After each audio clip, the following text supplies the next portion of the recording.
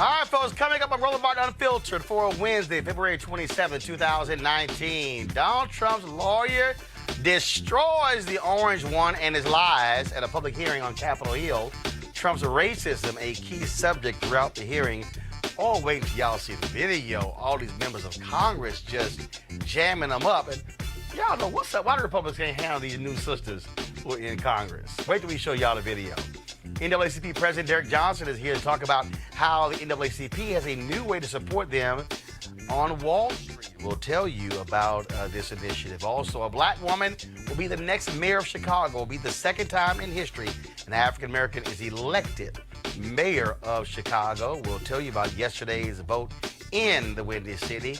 Also, we'll talk with the mother of Columbus, Ohio activist Amber Evans. It has been a month, folks, since she has been missing. Are the police looking hard enough for her? A mother reached out to us. We're going to have her on the show. In Virginia, Lieutenant Governor Justin Fairfax got some good news this week. More people want him to stay in office rather than resign. Also, breaking news, the Washington Post is reporting that the wife of the governor of Virginia, Ralph Northam, y'all, she passed out some cotton to some black kids on a tour. What the hell is wrong with these people in Virginia? And today's crazy white woman is a Maryland state legislator. Wait till you hear her excuse for using the N-word. Lord, crazy white people. It's time to bring the funk on Roland Martin Unfiltered. Let's go. He's got it.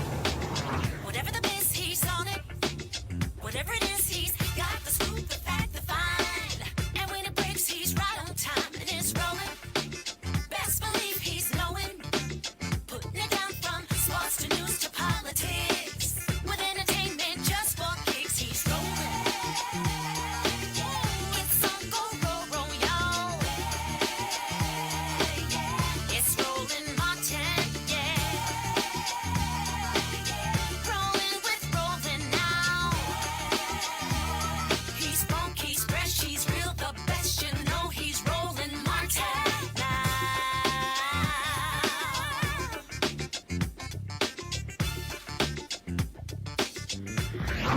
Martin. I am ashamed because I know what Mr. Trump is. He is a racist, he is a con man, and he is a cheat.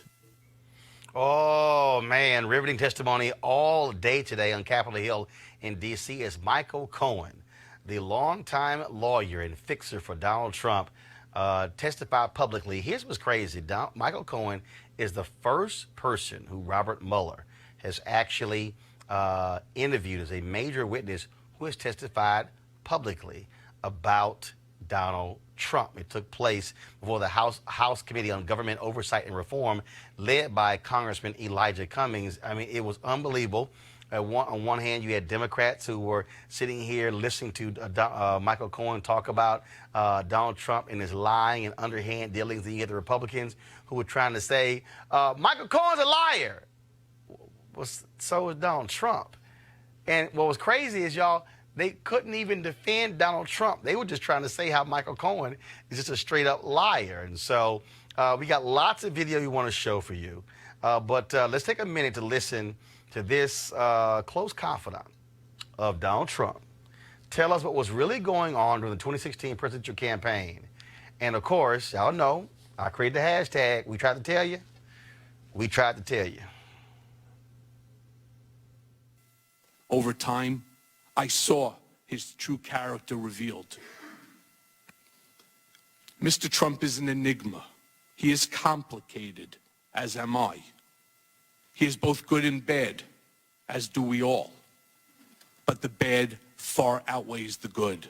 And since taking office, he has become the worst version of himself. He is capable of behaving kindly, but he is not kind. He is capable of committing acts of generosity, but he is not generous. He is capable of being loyal, but he is fundamentally disloyal. Donald Trump is a man who ran for office to make his brand great, not to make our country great. He had no desire or intention to lead this nation, only to market himself and to build his wealth and power. Mr. Trump would often say this campaign was going to be the greatest infomercial in political history. He never expected to win the primary. He never expected to win the general election. The campaign, for him, was always a marketing opportunity. And then, of course, we had to hear Michael Cohen talk about Trump being a bigot. Mr. Trump is a racist. The country has seen Mr. Trump court white supremacists and bigots. You have heard him call poorer countries shitholes. In private, he is even worse. He once asked me if I could name a country run by a black person that wasn't a shithole. This was when Barack Obama was president of the United States. And while we were once driving through a struggling neighborhood in Chicago, he commented that only black people could live that way. And he told me that black people would never vote for him because they were too stupid. And yet, I continued to work for him. Okay, then that was all kind of craziness happening in this hearing. But early on, one of the craziest things was seeing Congressman Mark Meadows of North Carolina try to prove Donald Trump wasn't a racist by bringing out a black prop. Press play. Do you know Lynn Patton? I'm right here. Oh, yes, sir. Do you know Lynn Patton? Yes, I do. I asked Lynn to come today in her personal capacity to actually shed some light. How long have you known Miss Patton? I'm responsible for Lynn Patton joining the Trump Organization and the job that she currently holds. Well, I'm glad you acknowledged that, because you made some very demeaning comments about the president that Miss Patton doesn't agree with. In fact, it has to do with your claim of racism. She says that as a daughter of a man born in Birmingham, Alabama, that there is no way that she would work for an individual who was racist. How do you reconcile the two of those, Mr. As neither should I, as the son of a Holocaust survivor. But, Mr. Cohen, I guess what I'm saying is I've talked to the president over 300 times. I've not heard one time a racist comment out of his mouth in private. So how do you reconcile it? Do you have proof of those conversations? I would ask you to Do you have tape recordings of those conversations? No, sir. Well, you've taped everybody else. Why wouldn't you have a tape? That's also not true, sir. That's not true. You haven't taped anybody? I have taped individuals. How many times have you taped individuals? Maybe 100 times over 10 years. Is that a low estimate? Because I've heard it's over 200 times. No, I don't think. I think it's approximately about 100 from what I recall. But I would ask So you, why if would you ask me a question, sir. Do you have so proof? Do you have proof? Yes or no? I do. Oh, where's the proof? Ask Ms. Patton how many people who are black are executives at the Trump Organization, and the answer is zero. Mr. Cohen, we can go through this. Here, I would ask unanimous consent that her entire statement be put in the record. Well, Congresswoman Britta Lawrence of Michigan, she was like, that's some bullshit. I just want to put on the record, as being a black American and having endured the public comments of racism from the sitting president, as being a black person, I can only imagine what's being said in private. And to prop up one member of our entire race of black people and say that that nullifies that is totally insulting. And in this environment of expecting a president to be inclusive and to look at his administration speaks volume. Now, Delegate Stacey Plaskett of the U.S. Virgin Islands, let's just say she had no issues letting Republicans know black folks not trying to hear this. Thank you, Mr. Chairman. I've got a lot to do as well. I've got houses and schools to help rebuild in the Virgin Islands, expansion of voting rights, educational opportunities, criminal justice reform. Thank God the Democratic majority can walk and chew gum at the same time. So we're here with you right now. Mr. Cohen, you learned well in the 10 years that you worked with Donald Trump. What was your position with the GOP in the up to 8 months ago? I was vice chair of the RNC Finance Committee. You were vice chair of the finance of the Republican National Committee, right? Correct. Okay. I do want to say I was a Democrat until Steve Wynn found out I was a Democrat and made me switch parties. That would be Said a it smart wasn't thing right to for do. a Democrat to be the vice chair. Good. Let's get to it. I don't only have a little bit of time. On behalf of the many members here who have expressed to your family our apologies to your family, but I want to apologize for the inappropriate comments and tweets that have been made by other members of this body. And as a former prosecutor and as former counsel on House ethics, I think that at the very least there should be a referral to the Ethics Committee of witness intimidation or tampering under USC 1512 of my colleague Matt Gaetz, and it may be possibly him being referred for a criminal prosecution. So I want to put that on the Matt, your ass in trouble.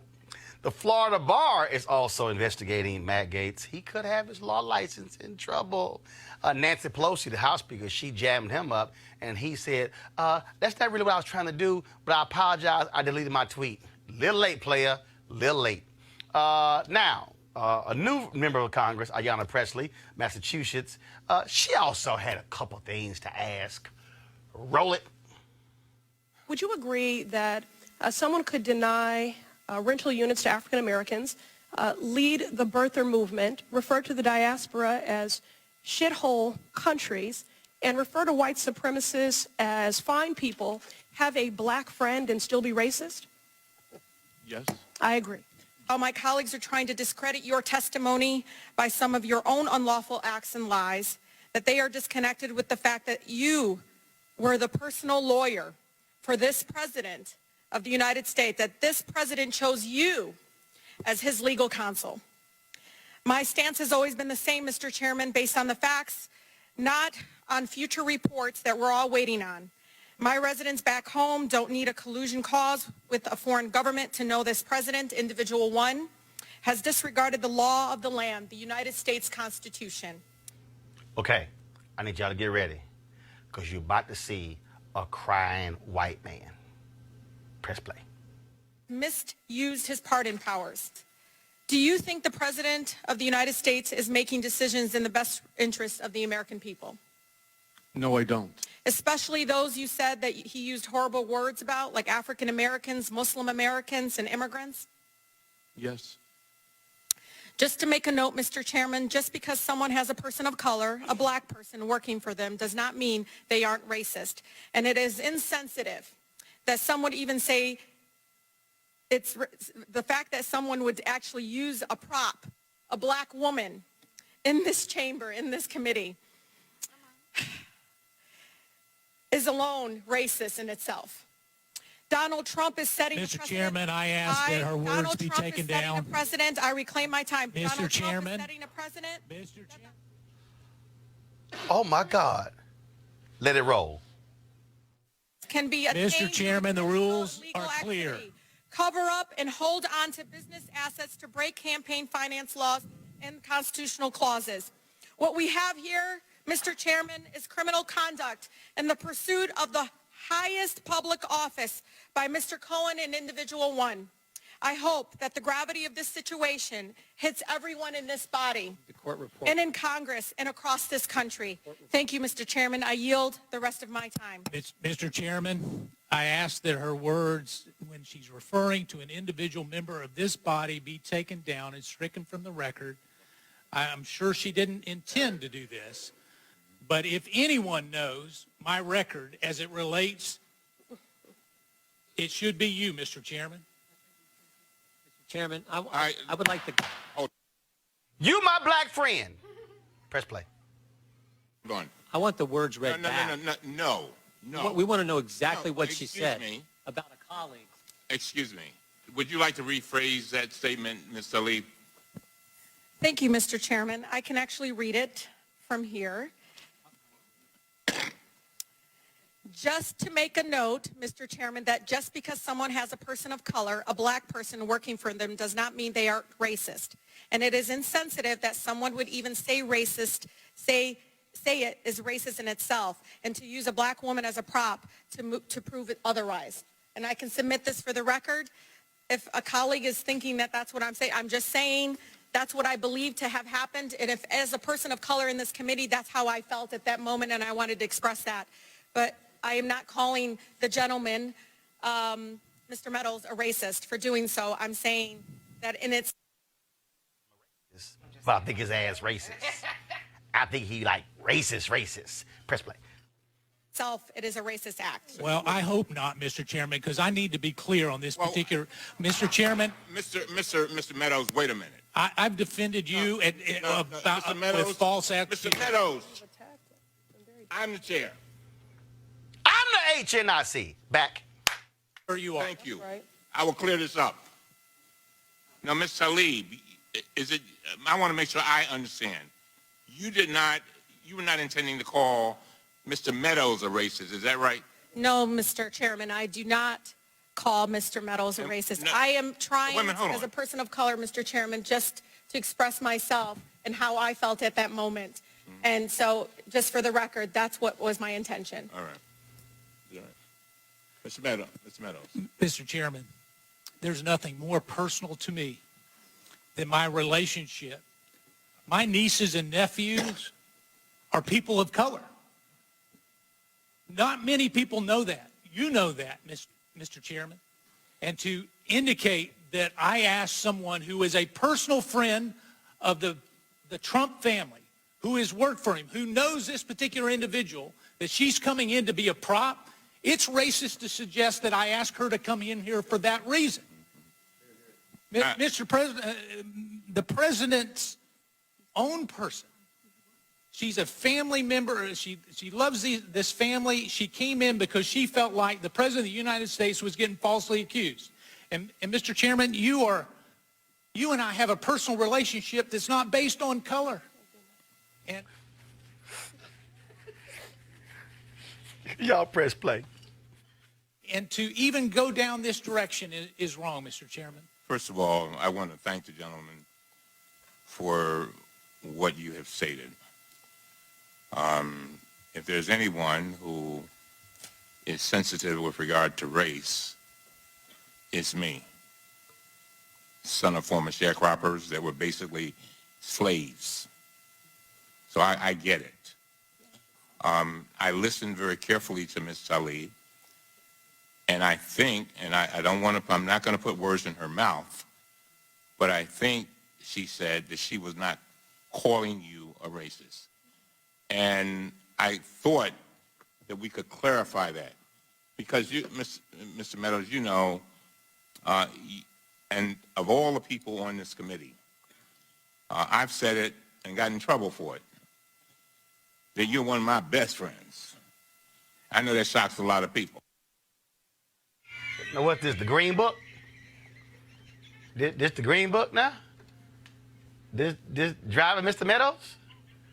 Let's go to my panel. DeShondra Jefferson, principal, the Raven Group, Joe Madison, host Sirius XM Radio, Tiffany Lofton, civil and labor union organizer. I am the national director of the Youth and College Division. Damn it, I'm not done. Oh, okay. Just checking. Can you calm your ass down? How you want me to calm down? Why don't you go ahead and say, since you already just gave your damn title, Camera number one. like I couldn't give it. Go ahead. Hi, I'm Tiffany Dina Lofton. I'm the national director for the Youth and College Division and longtime friend of Mr. Roland Martin, Switch who's one the of my damn mentors. camera. All right. I was talking to you, Joe. Oh, my God. I really get a kick out of offending white people. I need a tissue. Especially when they got nieces and nephews who are people of color. You know, Malcolm X once said... Is that where you're going to start? Yeah, that's where I'm going to start. Let me start now. I love it. Okay, Malcolm X. And because folks need to understand history. They do. You know, first of all, Malcolm X once said, whenever a white person hears something that they don't want or don't like, first thing they do is go out and find some Negro to come in and counter what has been said. Kind of cosign. Yeah, right. And so that's exactly what he he did, I really felt sorry for the young lady who allowed herself to be used. You mean Lynn Patton? Lynn Patton as a prop. And you kind of look at her, and it was like she did kind of talk over to somebody, like, how do I get out of here? Right, like, can I sit down? Am I done? Can I sit down? Can I sit down? Can I sit down now? Well, first of all, Joe, I've never seen that. I have never no one has ever seen a it. member of Congress Bring somebody a human prop. on the rostrum. A human prop. I mean, I've been seen in them the point out in the audience, yes. but I've never seen that, Deshaun. I've never seen that. No. Yeah, let's just call it. I mean, first of all, let's just understand what this was. It's the same as saying I have black friends. Black folk have worked for white folk who they've known have races and have attitudes. Look, black folks work for slave owners. I mean, this is not new. I mean, we've always had jobs where we've been treated raise their kids in the worst way. That's absolutely right. This was pitiful. I mean, quite honestly, and I know you're getting there, and I'll just close out. All this was an attempt to kill the messenger.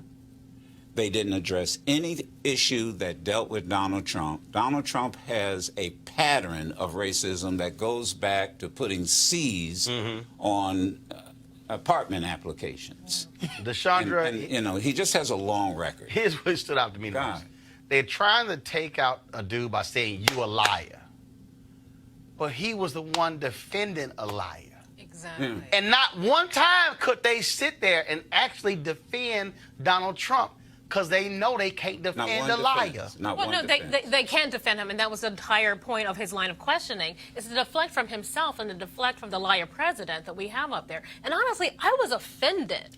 All of us were offended by Lynn Patton being trotted up, held up as a prop. But the thing is, honestly, Roland, I don't think she was offended or embarrassed. Oh, she's not. She's not. Oh, no. Lynn Patton is cool with it. She's been, that's her thing as, hey, look, remember, Lynn Patton was a party planner. Yes. Who all of a sudden now is a high-ranking executive in HUD. And then it was a trip. So she's moved into New York public housing for like a week to highlight the inequities in the public housing. But then she sent notice that, well, I got to leave because I got official business in D.C. That was it? Yeah, no. That was your official business? To come there and look like a lawn jockey? Stay next to Mark Meadows? Tiffany, that was a joke. That was a joke. Let me say two things as a precursor. One, I will forever watch hearing meetings from now on with you. That's one. One. Two, I think that it is a shameful day in American politics and history and in democracy, really, when we have to sit here and watch white people and black people in Congress debate whether or not one of them is racist, and then point the finger at Cohen and say that he's a racist, and then point the finger at Donald Trump and say he's a racist. I heard a lot of the testimony today during a meeting I was in. They called Donald Trump a racist, a bigot, a con man, et cetera, et cetera, et cetera. But to my community and my people, we already knew this. Hashtag we tried to tell you. We tried to tell you before the campaign trail, during the campaign trail, and then after he was elected. So this was a mockery of an attempt to talk about the moral values and positions of Donald Trump, y'all's president, and instead of us getting to the root of the cause, which was focusing on Donald Trump paid this man $35,000 in a check as hush money. He talked crap about paid it while he was in the Oval Office. While he was president. He committed a crime. While he was president, he committed a crime. He also told Cohen, listen, send a threat to everybody. I don't want my grades from school being released. I don't want my SAT scores being released. I don't want nobody to know that But I'm he called for Obama's records. I'm just saying. And birth certificate, and the list goes on. That's what bullies do. That's what bullies do. That's also what bigots do. That's also what con men do. That's also what racist people do. But the thing here is, and this is what was truly laughable to me. And when Representative Plaskett said, yeah, we can walk and chew gum at the same time. That was funny. That was hilarious. And the fact that they refuse to deal with the reality that you have an undeniable liar who is in the Oval Office, who has committed crimes, who said, oh, no, I turned over my business to my sons. But here you got the man's lawyer saying, no, he's still writing Trump organization checks in the White House. He laid out a series of things by saying, I can't get into that because it's actually under investigation. And the Republicans know they cannot defend it. And so we do know Michael Cohen lied, but he also, I thought, was hilarious. I've covered trials. I've watched trials. How many times have y'all seen a mobster testify against another mobster? And you can say, you a killer. Yes, I am. But he told me to kill. Yeah. And that's what it sounded. This reminded me literally of the testimony, Joe, in the 60s of mobsters who, Cosa Nostra was called out, and they were all called through. That's what it sounded like. I totally agree with you. And keep in mind, he's not on trial. He's not. He's already, I'm talking about Cohen. Yeah. And that's how the Republicans approach this, that as if he's on trial. He is not on trial. I'm a little subdued because I had to take a nap. I just got tired of, and maybe as I'm showing my age, I just got tired of hearing the same thing from every Republican. And we can say what we want to, but I'll give them credit. Boy, they can stick to a script. Like a Broadway play. Especially, DeShandra, You ain't got nothing else. You got a book deal? You gonna do a book deal? I love this one. Will you say under oath that you will not sign a book deal? And he's like, he said no. I just told y'all yesterday I lost my law license. Hell no, I ain't gonna tell you. I ain't gonna sign a book. I mean, it was like they were stuck on a book deal. Yes, they were. They were stuck on a television show. They're stuck on stupid. Yeah, they're stuck on stupid. That's Stuck what on stupid. No, they have to keep points. they have to keep distracting from the real issues because they have nothing else. Nothing else. I will give Cohen credit when they asked him, well, what does that make you? And he said, a fool. I mean, he knows. Listen, we all know he's a liar. Everybody plays a a fool. But you know, sometimes. I did, and I'm going to do this tomorrow morning on my show, and I know you got Derek on from NAACP. And he's up next. Well, Derek, you ought to give Cohen an award. The NAACP ought We to ain't gonna give. do that. No, listen. Understand my sarcasm. Go ahead. They ought to give him an award because what Cohen did was what a lot of people don't obviously see. He brought us inside. That's right. Yeah. The operation. He brought us inside those private conversations. That's right. That you don't have a tape. Why would Cohen have a tape when he's probably used the N-word 100 times himself and wouldn't have a problem admitting? That's what I mean sarcastically, that he brought all of us inside these conversations that take place in back rooms, take place at poker tables, take place in bars, and he has exposed Trump for what he is. But the reality is, Trump has exposed himself. We knew what he was from the Well, I was get-go. going to say, you're right. Yeah. Trump has exposed himself. When he came out and announced his run, for the presidency, the birther thing. Before that was the birther thing, but when he's calling, Mexican immigrants, right. Criminals, racists, drug dealers, we've seen this language from him, and I'm tired of people pretending like none of this existed. Remember the judge in Indiana. I want to be very, very clear that this is super important because this man, Donald Trump, plans on running for re-election.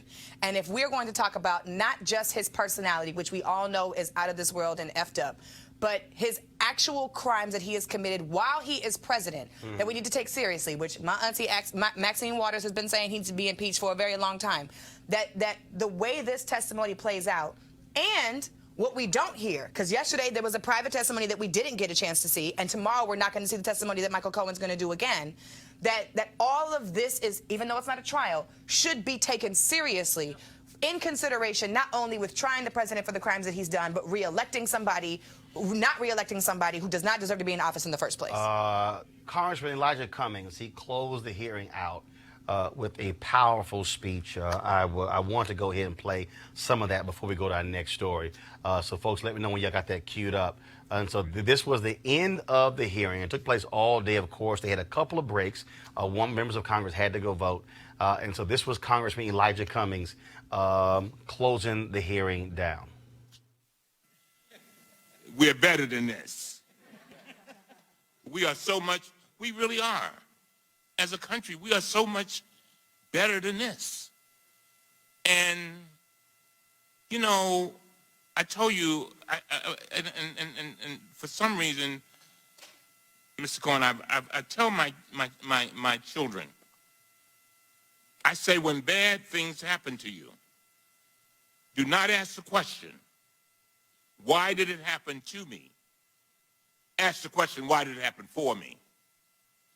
I don't know why this is happening for you, but it is my hope that a small part of it is for our country to be better. If I hear you correctly, it sounds like you're crying out for a new normal, for us getting back to normal. It sounds to me like you want to make sure that our democracy stays intact. The one meeting I had with President Trump, I said to him, the greatest gift that you and I, Mr. President, can give to our children is making sure that we give them a democracy that is intact. A democracy better than the one that we came upon. And I'm hoping that the things you said today will help us begin to get back there. You know, I mean, come on now. I mean, when you got, according to the Washington Post, our president has made at least 8,718 false or misleading statements. That's stunning. That's not what we teach our children. I don't teach mine that. And for whatever reason, sounds like you got caught up in it. You got caught up in it. You got caught up in it. And some kind of way, I hope that you will, I know that it's painful going to prison. I know it's got to be painful being called a rat. And let me explain. A lot of people don't know the significance of that, but I live in the inner city of Baltimore. All right? And when you call somebody a rat, that's one of the worst things you can call them, because when they go to prison, that means a snitch. I'm just saying. And so the president called you a rat. We're better than that. We really are. And I'm hoping that all of us can get back to this democracy that we want and that we should be passing on to our children so that they can do better than what we did. When we're dancing with the angels, the question will be asked, in 2019, what do we do to make sure we kept our democracy intact? Did we stand on the sidelines and say nothing? Go ahead and preach your comments. All right, y'all. We're going to move on to our next story. Yesterday, NAACP President Derek Johnson rang the closing bell at the New York Stock Exchange to highlight the NAACP's Minority Empowerment ETF. An ETF is like a mutual fund that will invest in companies that invest in our community and support the goals of the NAACP. This is a way to support social justice and maybe make some money at the same time. It's the first time in the 110-year history that the NAACP has participated in the opening or closing of the New York Stock Exchange. Joining us right now is Derek Johnson to talk about this ETF. Derek, glad to have you. Where did this originate from to create this ETF, and how long have y'all been working on this? Roland, first of all, thank you for having me on the show with one of my idols, Joe Madison, who for many years served on the board and on staff. And then the person, my new boss, Tiffany Lofton, who tried to tell me what to do, even though I think she is the youth director. She tell all of us what to do. That's right. Yeah. Right. So, you know, the concept of an electronic trading fund is born out of the legacy of the NAACP. There was a time where we had a fair share agreement program, and then we started doing industry reports. We've had other iterations of how to hold corporations accountable as it relates to our value systems and diversity. I'm sorry? No, go ahead. I heard somebody talking. And so ETFs have been a growing part of investment strategies, particularly for pension funds that are adopting socially responsible lending. For the NAACP, we've already had an industry report, and we've seen this instrument as an opportunity for us to create a market-driven imperative for companies to have diversity. This is getting pension funds who have adopted social responsible investment principles, providing them with the index. And the ETF is an index on diversity. Do you have African Americans on your board? Do you have African Americans in your C-suite? What is your procurement chain? And all of those things come together. And our partner, Morningstar, through analytic firms called Synalytics, they measure companies' performance based on the companies filing their SEC forms. It is a strategy to hold corporations accountable for diversity, knowing that corporations have one responsibility legally, and that's to maximize profit for shareholders. And until we deal with impacting the profits, then we will always be in this perpetual treadmill of companies do bad, we jump in, they do good for a while until they go back and do bad again. So with this ETF, Derek, how can a person watching, how can someone on the panel, is it something they can invest in? So how does that work for the consumer? It's a mutual fund for the most part. Got it. It's a mutual fund where people can invest in. It drives the conversation around corporate diversity. The NAACP, we are given the value proposition of what the criteria should be in terms of diversity, and then our partner, Morningstar and Impact Strategies, they manage and then they rate the funds, and what the investment that come in there, NAACP generate revenue as we hold companies accountable. Okay. So we're not beholden to the companies, we are beholden to a value system of diversity. All right, then. Well, we certainly appreciate it. Where can folks go learn more about this NAACP ETF? You can look up online Impact Strategies, Impact Shares, NAACP ETF, and information come up there. You can look them up on New York Stock Exchange. The fund is publicly traded on the stock exchange.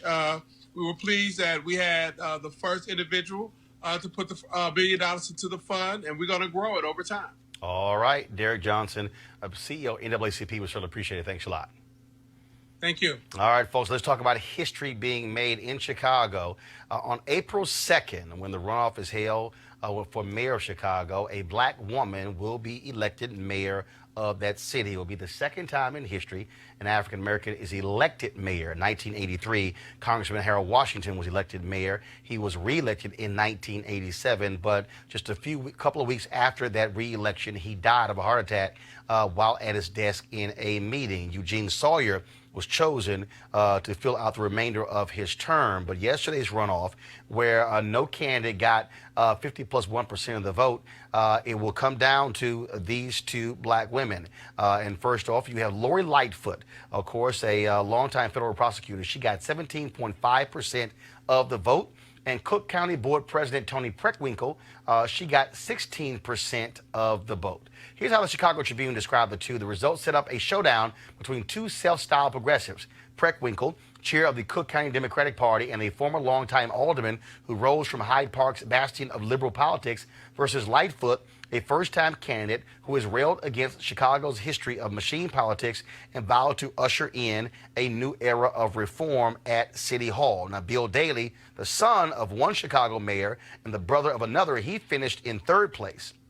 Folks, there were some 14 candidates who ran for mayor. Willie Wilson, African-American businessman, got 10.5%. Amara Inia, an activist and community organizer who was supported by the likes of Chance the Rapper and Kanye West, she got 8%. LaShawn Ford, a former state legislator and current real estate investor, he got 1%. Neil Sales Griffin, an educator, got 0.3% of the vote in that particular race. Now, in the case of Lightfoot, she calls herself a triple threat, that she is a black woman, first of all, she's a woman, that she's black, and she's a lesbian.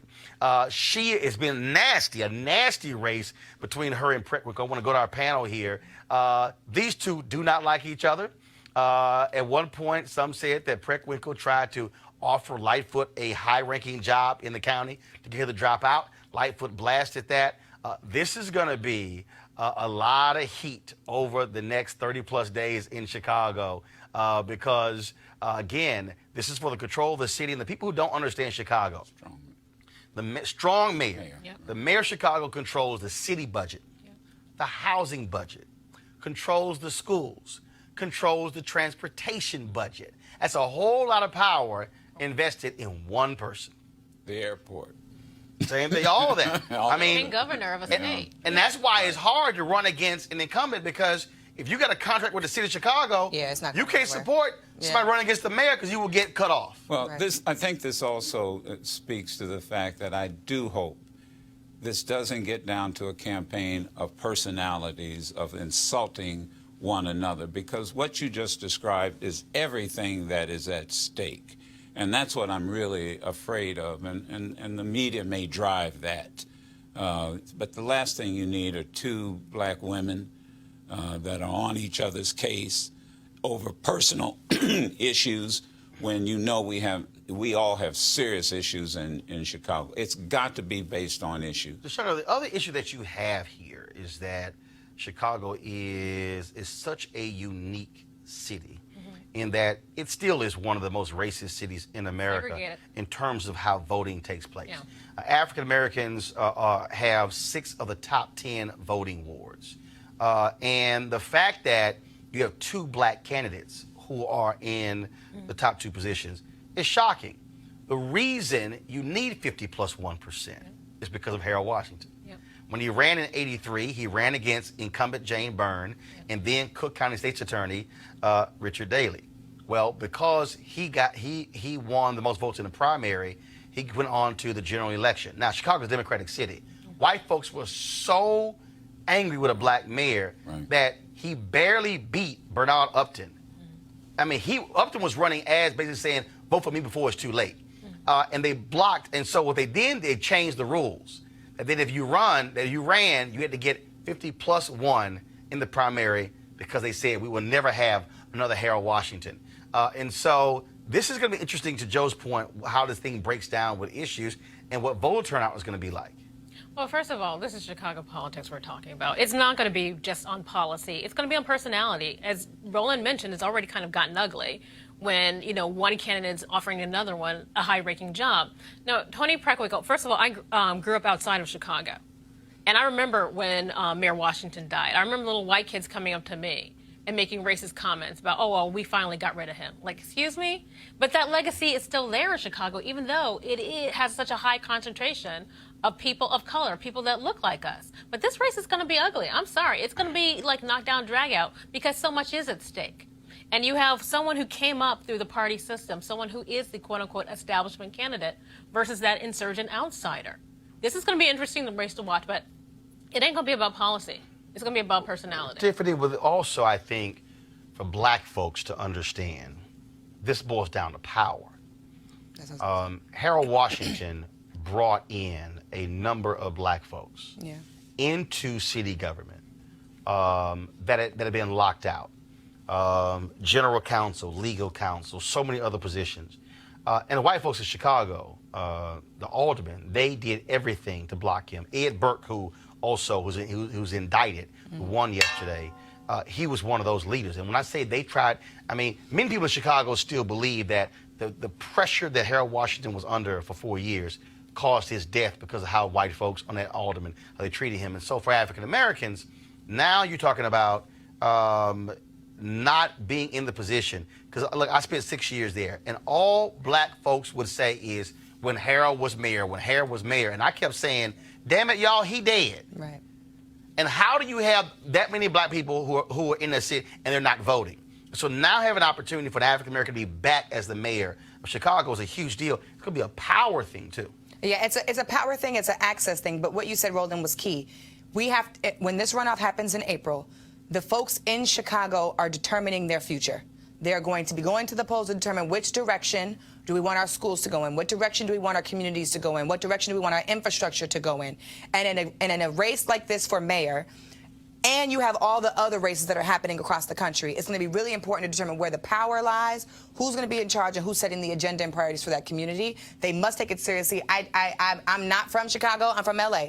But I think it's really important that the constituencies, the members, the city, and the community of Chicago actually do take in priority what the issues are going to be, what the policies are going to be, and what the track record has been, not Joe personality. Preckwinkle raised $4 million. Lightfoot raised a little over $700,000. But she ran an insurgent campaign as a federal prosecutor and a crusader. Do you believe that with Lightfoot saying, I'm an outsider, and I'm running against the ultimate insider? I don't think it's going to work in Chicago. I go back to, I was living in Detroit at the time. Cohen Young had the same issue. I lived in Detroit when Cohen Young was mayor. Same issue, and you're absolutely right. When these African-American mayors came into power, the one thing they did was to, and I always use this word, integrate. And integration is not the mixing of colors. It's the sharing of power, resources, and responsibility, because what is segregated is power. Right. And what the mayor, what Mayor Harold Washington did was he integrated, as you know, Roland, and others that live there, he integrated to power. You've got black folk right now who owe Harold Washington the fact that they are living pretty good. Same thing happened in Detroit. Same thing happened here with Marion Barry in Washington, D.C. I remember almost losing my first job as the political director of SEIU because I went on weekends and worked for Harold Washington. Folk around the country came in and doing nothing but passing out. And I had a president of SEIU who told me that I could not go on weekends and work for Harold Washington because the unions were backing his opponent. These were Europeans, second, third generation Europeans, and they were not going to turn the power over to an African American. And I told him, well, look, I'm a black man. Said, well, no, you're labor. I said, excuse me, on my birth certificate, it does not say labor. It says black man. And I almost lost my job as the political director. So here's what I'm ending with. It has to be about policy. It has to. And I'm going to tell you, watch the labor unions. Oh, here's the deal. Watch the labor SEIU, Chicago Teachers Union, they backed Preckwinkle in the general. Excuse me, in the primary. The other issue is Lightfoot did not raise a lot of money. She's going to have to raise money real quickly. And so you'll see who's going to be endorsing, whether she can raise the money. But I still say, as somebody who is running as a crusader, you've dealt with Rahm Emanuel in Daley. You dealt with Laquan McDonald Tate. You dealt with police abuse as well. This is where being an outsider works, and being the fact that she's a federal prosecutor. But everybody out there, do not underestimate the Chicago machine. That's right. Even when it comes, if a black person is leading it, because they're the ones who, under the Chicago machine, the Cook County Democratic Party, the last thing they want is a reformer as the mayor of the city, because that messes with this. So we'll be paying attention. The runoff is going to be April 2nd, and we're going to be trying to get both of them on Roland Martin Unfiltered to answer a few questions. Folks, let's now go to Columbus, Ohio, where community organizer Amber Evans has been missing for nearly a month. Her car was found, but very few details have emerged since then. Evans was an outspoken critic of the Columbus Police Department, and many believe that they're just not trying hard enough to find her. A couple of days ago, I got an email from Amber's mother, Tanya Fisher. We, of course, have been covering this case. I've had numerous people asking me to cover this case. I sent text messages to members of Congress as well, asking them to pay attention about this case as well. And so I'm glad that Tanya sent me that email. Tanya, welcome to Roland Martin Unfiltered. Hey, good morning. So first, the last time you talked to and saw your daughter? The last time I had spoke to my daughter was the Saturday before that Monday, and she had spent time that Friday with her siblings at my mother's home, and they had all got together. They had a great time from what I understand. I was in Cleveland for a little bit that evening on Friday. So then Saturday, I didn't talk to her Friday night, but then Saturday I talked to her in the mid-afternoon, and we had a real good conversation. She seemed to be really good in spirits. I was asking her how the new job was going and everything. She was like, it's work. And then I was like, well, I understand. I said, so what's going on with it? And she was just like, it's just trying to pull things together, because it's a new position. I said, yeah. And then I said, well, you're getting ready to turn, 29 coming up. And I said, so, I always have this running joke with my other kids and with all the kids really that, I have 6 kids. So I'm going to graduate 6 times. I'm going to go to college 6 times, all those things. So I said, Amber, I said, what are we going to do in our 30, 40 life, And I said, what would you want to do that would make you really happy? And if you didn't have to think about anything else, what would you do that you could just let go of and just be happy? And she said she would want to go back to Paris, where she spent some time. I think it was like 7.5 months there, altogether 14 months in Paris teaching English to the kids over there. So what I'm trying to understand, I've been reading these stories. So she drives her car to a particular area that she liked to often go to, and is it this Scioto River? And did they discover her car door open, or did they discover, was her purse there? Was her belongings there? And for police, they just say she's just gone. Yeah, so I was the one that discovered her car based off of what her boyfriend Mark told me. And just shocked. So so I understand, her and her boyfriend had an argument? Well, I don't think it was quite an argument. I just think at this point in time, I think Amber was just kind of tired of, being in this relationship and was trying to look for a future life, like what it means to be an executive director of a organization that deals mainly with the Black community. And Amber was kind of like the modern day Angela Davis. She had right. like the trips and things, around to North Carolina, to the plantations, to the, cotton fields and things. And so she was just getting more and more in tune with her African American side. So correct me.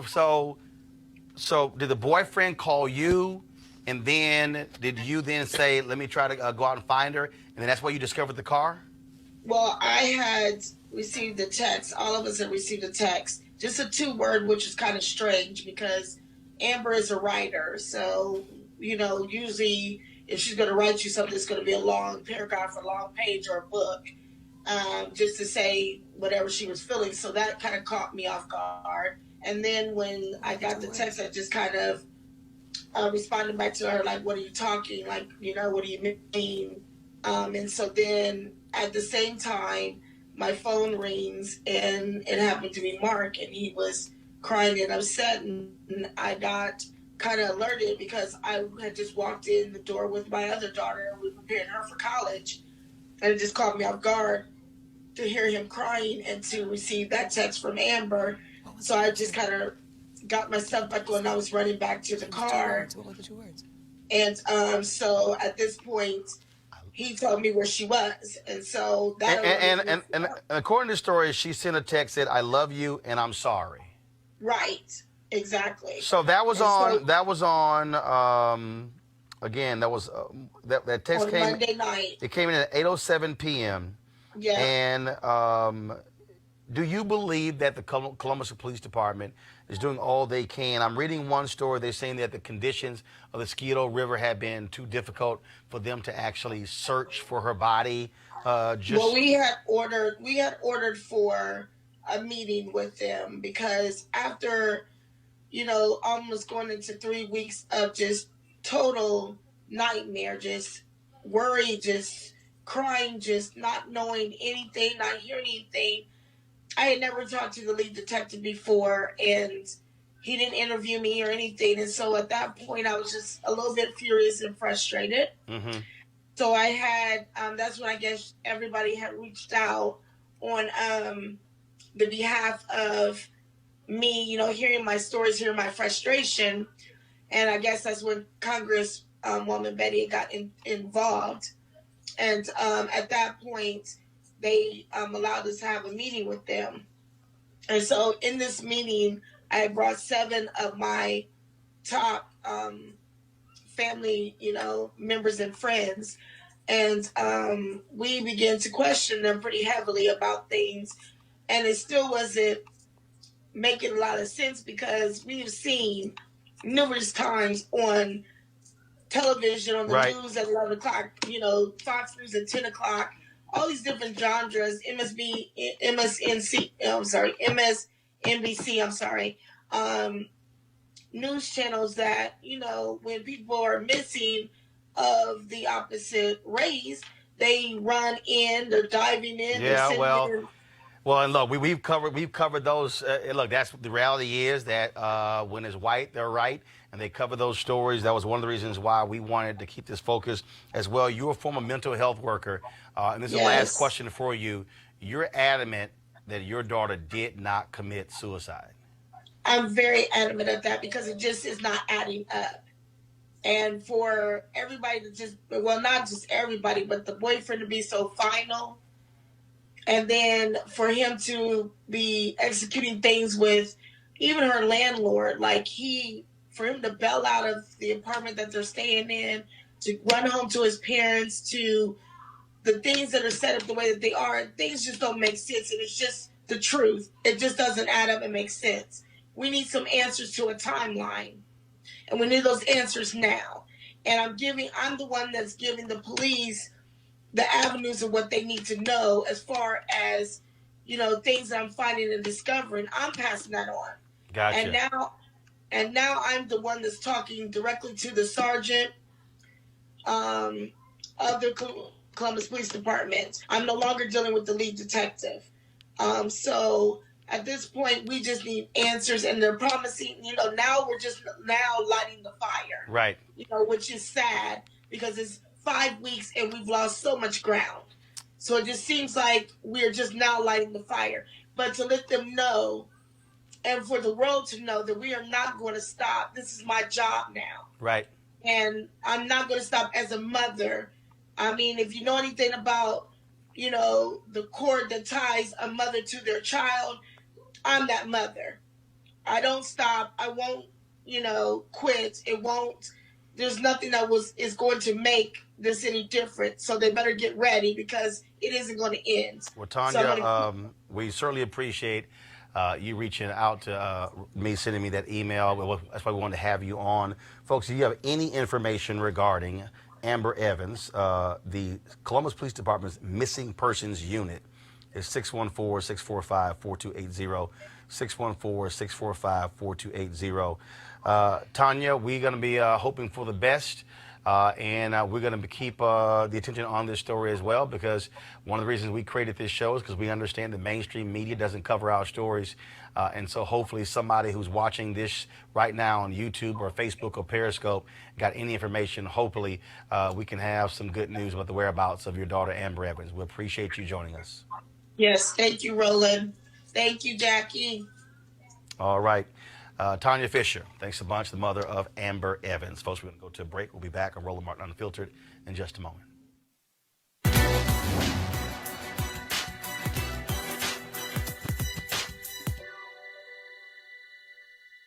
If they take my life, it won't stop the revolution. Poet Nika Giovanni.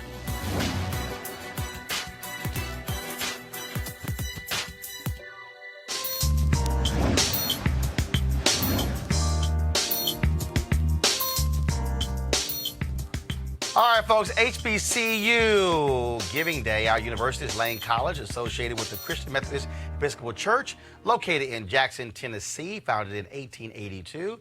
Notable graduates include Donald L. Hallowell, Dave Clark, and Jacoby Jones. And also, I did their commencement there, so I appreciate getting a honorary degree from Lane College. If you want to support them, go to lanecollege.edu, lanecollege.edu. All right, folks, calling all HBCU alumni, students, and leaders. Enter the 4 Ford Motor Company HBC-You Mobility Challenge and win $25,000 for your school. Building on their long-term support of HBCUs, Ford is looking to improve mobility in HBCU communities through innovative solutions. The winning program will receive a grant of up to $25,000 to implement their proposal. The deadline to apply is March 31st, 2019. Go to FGB.Life for more information and to apply. Remember, Ford goes further in our communities. All right, folks, Republicans love talking about voter fraud, but why are they so quiet about what they did in North Carolina's 9th Congressional District? Well, check this out. McCrae Dowless, the man accused of running an absentee ballot scheme on behalf of the Republican candidate Mark Harris, has been arrested and charged with a series of felonies primarily related to his handling of absentee ballots in the 2016 general election and 2018 primary. The charges were brought by Wake County District Attorney Lauren Freeman. Oh, so interesting, Deshandra, that all of a sudden they go, what? Election fraud? That's the real fraud. You know, Republicans have been running around and trying to pretend that in-person absentee voting is a problem when we know it's rare. You know, someone's more likely to go to the check cashing place and pretend to be Deshandra Jefferson than to go to my polling place in Prince William County, Virginia, and cast a ballot in, you know, my name. Voter participation in this country is already so low. But Republicans, you know, if you can't win, cheat. And that's what they've been trying to do. Joe, what's stunning here is you have Mark Harris, who lied on the stand, got busted by his own son. Now he's sick and he can't run. No, his ass needs to be indicted. Well, imagine if the decision had gone the other way. He would have been standing in Washington, D.C. next to Pelosi right now, not saying, well, I can't do this, Nancy. I'm sick. And so this is so, I mean, you know, I know you're unfiltered, and so am I on my show. But go ahead. I don't have a cussing jar. Hold on. Ain't no cussing jar here, Joe. What he's laughing on, I have a swear jar, so every time I say a curse word, I put $1 in, but I do donate that money. Gotcha. But you can cuss here, they ain't going to cost you. But it is ridiculous, man. I mean, and you're right. You said it all. You've said it best. And Republicans, that's how they win. They have to cheat. In these, especially in these districts where, you know, it's borderline. Voter ID go ahead. I was going to say real quickly, voter ID is a new literacy tax. Okay, that's a new program. That's right. I was going to say, not only do they have to cheat, they have to lie about the cheating. So they're trying to convince and tell folks, hey, there's some make-up stories of people cheating so that they can create new policies and laws to continue to disenfranchise people of color from actually accessing the polls and getting to the polls in the first place. This last election, there were a hella problems with absentee voting, and now they're continuing to push those policies back. All right, folks, let's talk about Virginia. Lieutenant Governor Justin Fairfax got some good news. Some polling's out this week. For the first time in 3 weeks since allegations of sexual misconduct surfaced, more Virginians want him to remain in office than resign. According to a Roland College poll yesterday, 40% say Fairfax should remain, 31% say he should resign, 29% had no opinion. You still have Republicans there, Tiffany, who want there to be hearings to impeach him. He keeps saying, hey, I want a law enforcement investigation. I'm still baffled that the Suffolk County District Attorney in Boston has said, if Professor Vanessa Tyson files a complaint, I will investigate. Her lawyers announced she's going to meet with the DA. That was been almost a couple of weeks now, but they haven't said they're going to actually file. I'm still just trying to understand how you're open to speaking at an impeachment hearing, but you won't file a criminal complaint with the DA, who has the authority to investigate. Right, which then has the authority to investigate and then make a decision and go to trial about it. So it's really, really fishy. I'm not trying to, I don't really understand why that's happening, and we won't find out until later, I'm sure. But the polls speak power to what's going on and what they want to see. Deshandra, we'll go to you. Again, this is the issue I have. Look, I believe if a woman says I was sexually assaulted, I want a full investigation. A DA is saying, I am ready to investigate, but you got to file a complaint. And she's not doing it. It hasn't happened. No. And you know what? Now I live in Virginia, okay? Now let me pull out the Virginia ties. I'm a member of the DPVA Central Committee. What is that? Central Committee, we're like the voting DPVA, members. what is that? Oh, Democratic Party of Virginia. Go ahead. There you go. I got to say this. my kid and I, we were out campaigning for Northam. We were out campaigning for Harris. You know, we were out campaigning for Justin Fairfax. Okay, so we were out there. This for me is personal. These are people that I've gone out there for, that I've campaigned for, that I want to see in office. You know, and I take a lot of black folks, we take this personally because we're feeling that we're being attacked. Let's talk about Northam. If you want to have a real conversation, let's keep the focus on that, him being in blackface, and then the next day denying he was even in that photo. Joe. Well, I tread lightly with this only because in my household, the women and the young girls are watching this very carefully, and they're watching their dad and their grandfather. I'm like you. I think whenever an accusation is made, you better take it seriously. But I am also on your side that if this is real, and you've got a prosecutor in Massachusetts that says there is no statute of limitation, and that's the main concern, right, then you really should want to get to the bottom of it. You really should want an investigation. And because what the Republicans are trying to do here, really, they're not that concerned about these two African-American women. No, they want to cut their head off the entire Democratic leadership. That's exactly right. But I got to stay with Virginia. Go to y'all. Go to my iPad. This is from the Washington Post. Virginia First Lady under fire for handing cotton to African-American students on mansion tour. The lead says a Virginia state employee has complained that her 8th grade daughter was upset during a tour of the historic governor's residence when First Lady Pam Northam handed raw cotton to her and another African-American child and asked them to imagine being enslaved and having to pick the crop. White people don't get to try to train black people on how to be enslaved or to think about the history during Black History Month. What is going on? Amanda Seales in her stand-up comedy said the caucasity.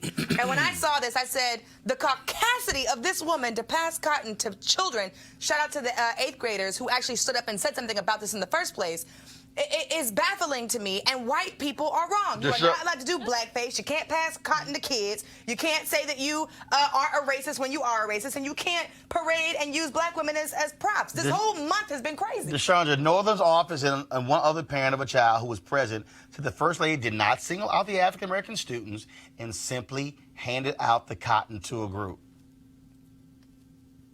Look at your face. You don't even believe this, Roland.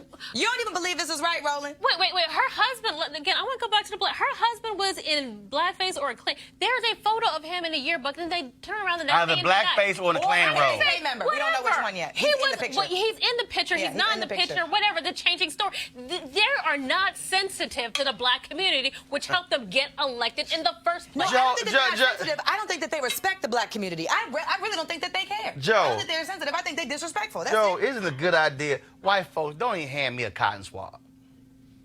I had somebody on my show say they don't even like to touch the cotton in an aspirin bottle. Ain't that sad? I mean, but look, let's just be understand. It's ignorance. If you're gonna talk about cotton, talk about the invention of the cotton gin, how it changed the entire country, not just in Virginia, the South, but the reality. It was transcontinental. It in fact took banks made money off of it. Right. Teach the young people the history. Teach them the young history. Teach young people the history of King Cotton and how even King Cotton was part of the West, the March West with Native Americans that they stripped their land. I want someone to teach the Northams about white fragility. Hey, screw! I almost got $1 in this way. Go ahead, Joe. No, screw the Nortons. You guys keep worrying about them. Screw them. The reality is teach these kids their history. The Northams are stupid. Can I go one step further? Let me go one step further. There are stupid people in power. Facts. They are. You got a president and racist people in power. Go ahead. I would say, yes, the education piece, but past all of that, I just need white people to apologize and offer reparations. Period. I want money for when you do stupid things like this. I want you to pay. So what you're saying is, so Joe got a swear jar. You want a crazy white jar. I want a crazy white jar. Okay, when white people do crazy, give black people money. So this gonna work for this next story, y'all. This is my last one before we gotta go. Y'all know we always profile crazy ass white women. Okay, we got a crazy ass white woman in Maryland. Her name is Mary Ann Lasanti. She described a legislative district in Prince George's County as an N-word district. At first, she said she couldn't remember saying it. But when the Washington Post asked her if she had ever used the word, this is what she said. I'm sure I have. I'm sure everyone has used it. I've used the F word. I use the Lord's name in vain. What, y'all? Well, hold on. You left one other thing out. She said it wasn't, this was the one, it wasn't in her vocabulary. Right. Right. She said it was not in my vocabulary, but it came out my mouth. It came out my mouth. Y'all, she's been stripped of her subcommittee chairmanship and will undergo sensitivity training. She's apologized, but today key Maryland elected officials, including the Black Legislative Caucus, Governor Larry Hogan, a Republican, and Prince George's County Executive Angela Alsbrook, a Democrat, have called on her to resign. And also the Maryland State Conference of the NAACP has also called for her to resign. We need the ultimate black clapback. When you do something stupid, racist, ignorant like this, step out of your position, resign, and then also pay us some money. I thought we had this, but y'all go ahead and play it. I forgot they were supposed to tell me we had this. Hit play. No charcoal grills are allowed. I'm white. I got you, huh? Illegally selling water without a permit On my property. Whoa! Hey! You don't live here. I'm uncomfortable.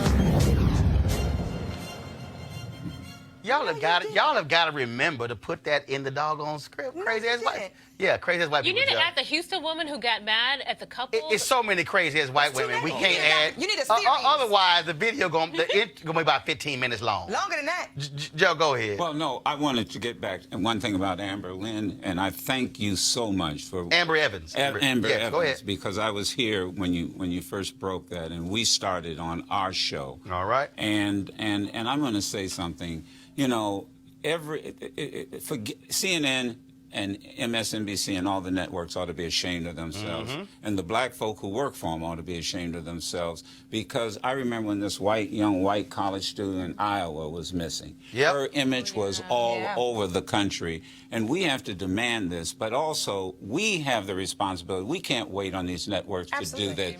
We have the ability in our pocket with these phones, and I'm saying this is what we ought to be tweeting about. This is what we ought to be talking about. There's more information about R. Kelly and his dumb ass than there is about Amber Evans. She's out there somewhere, and it's up to us to take care, because and so it's on us too. Absolutely. And I want to thank you, Roland, for bringing this to our attention. And any other brother or sister that's got a show or a podcast, get serious. That's right. Right, Black Lives Matter. Use it. And look, I made the point that, look, there, and I tweeted this a couple weeks ago, that if you take the 8 cable networks that target black people, that either black-owned or target black people, combined, they do 1,344 hours of television a week. And out of those 1,344, there is not a single hour dedicated to a news show. I keep saying, black folk, that we are entertaining ourselves, laughing ourselves to death. You gotta have a place for Tanya, that girl's mama, to be able to call and say, do something. And I'm keep the thing on my daughter. She's going to be on my show if I can before the week is out, and we're going to repeat it. But it's this thing called, they call it infotainment. In other words, the information has to be presented in an entertaining way. Right. And it's got us all screwed up, because there's nothing entertaining about a missing young woman who is out there. Because if that was your daughter or your sister or your niece, you want somebody talking about the story as well. Or my neighbor. That's right. Final thoughts, Deshandra, I'm going to start with you. Whatever you want to say. All right. You know what? When we were talking about that Maryland legislator, we have to demand better. I want to say that for Virginia, we've got to demand better of our elected officials. I'm sorry, it does matter that Northam is still governor in blackface, and his wife thinks it's okay to hand out cotton balls to kids who are visiting the governor's mansion. For me, that's offensive.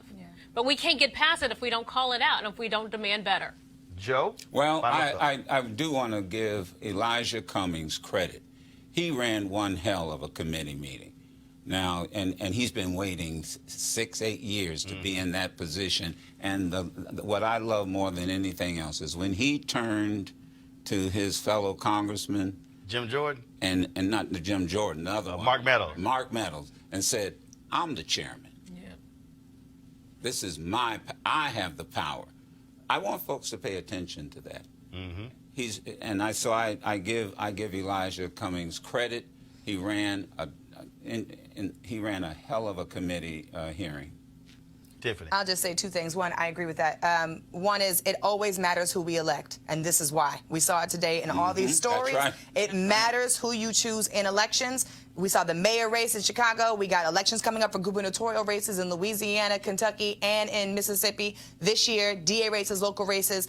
Every race matters. And two, every election race matters. And two, it is really, really important that we figure out the campaign to get white people to pay when they do something effed up, like all the things that we saw during Black History Month this year. I want white people to pay for their actions, and we have to figure out that campaign. Now, Roland, what's her title? National College Director. Oh, okay.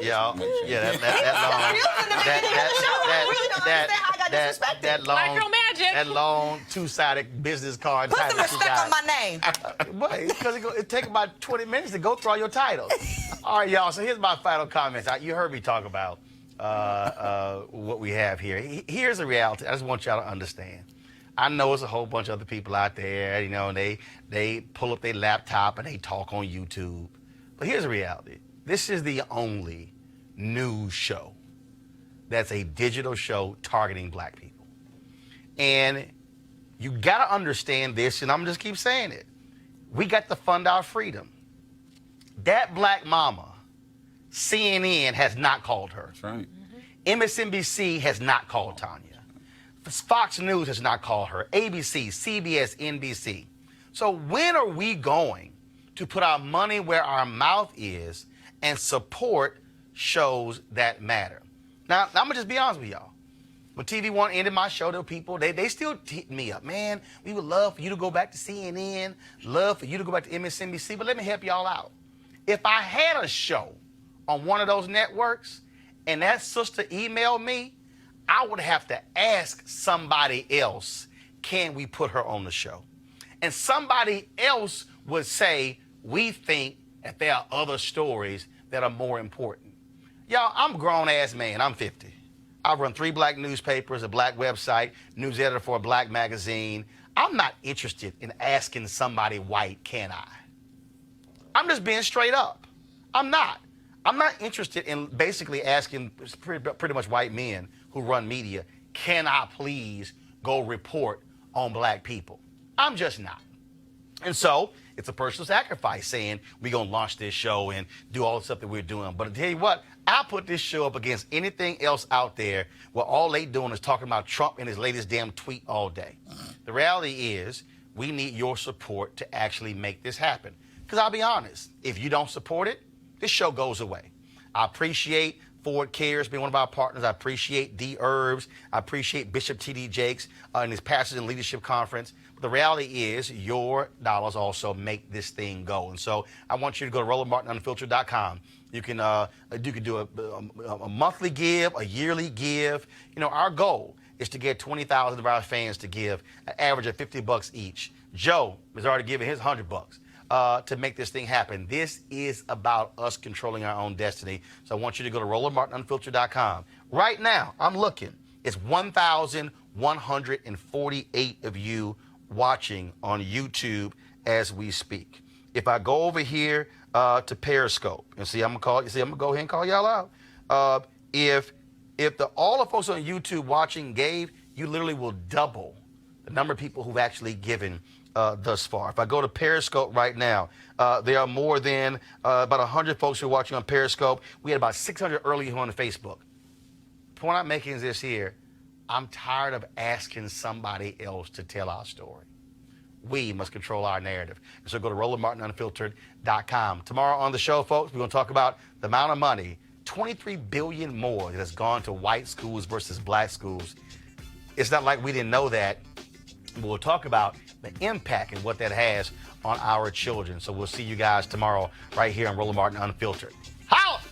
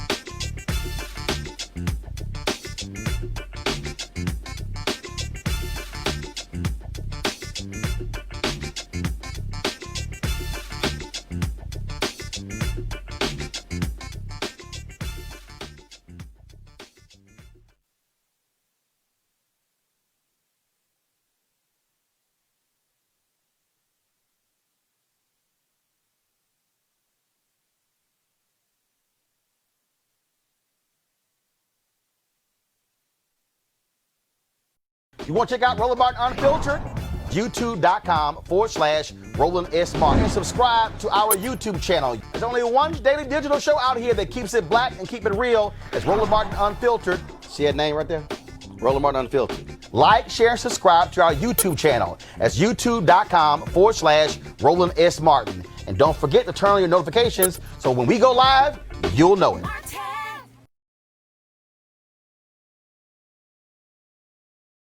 You want to support Roland Martin Unfiltered? Be sure to join our Bring the Funk fan club. Every dollar that you give to us supports our daily digital show. There's only one daily digital show out here that keeps it black and keep it real. It's Roland Martin Unfiltered. Support the Roland Martin Unfiltered daily digital show by going to RolandMartinUnfiltered.com. Our goal is to get 20,000 of our fans contributing $50 each for the whole year. You can make this possible. RolandMartinUnfiltered.com. Hey fam, want to check out Roland Martin Unfiltered? The blackest show on all of digital, cable, and broadcast. Check out our audio podcast. There's only one daily digital show out here that keeps it black and keep it real. It's Roland Martin Unfiltered. Press play.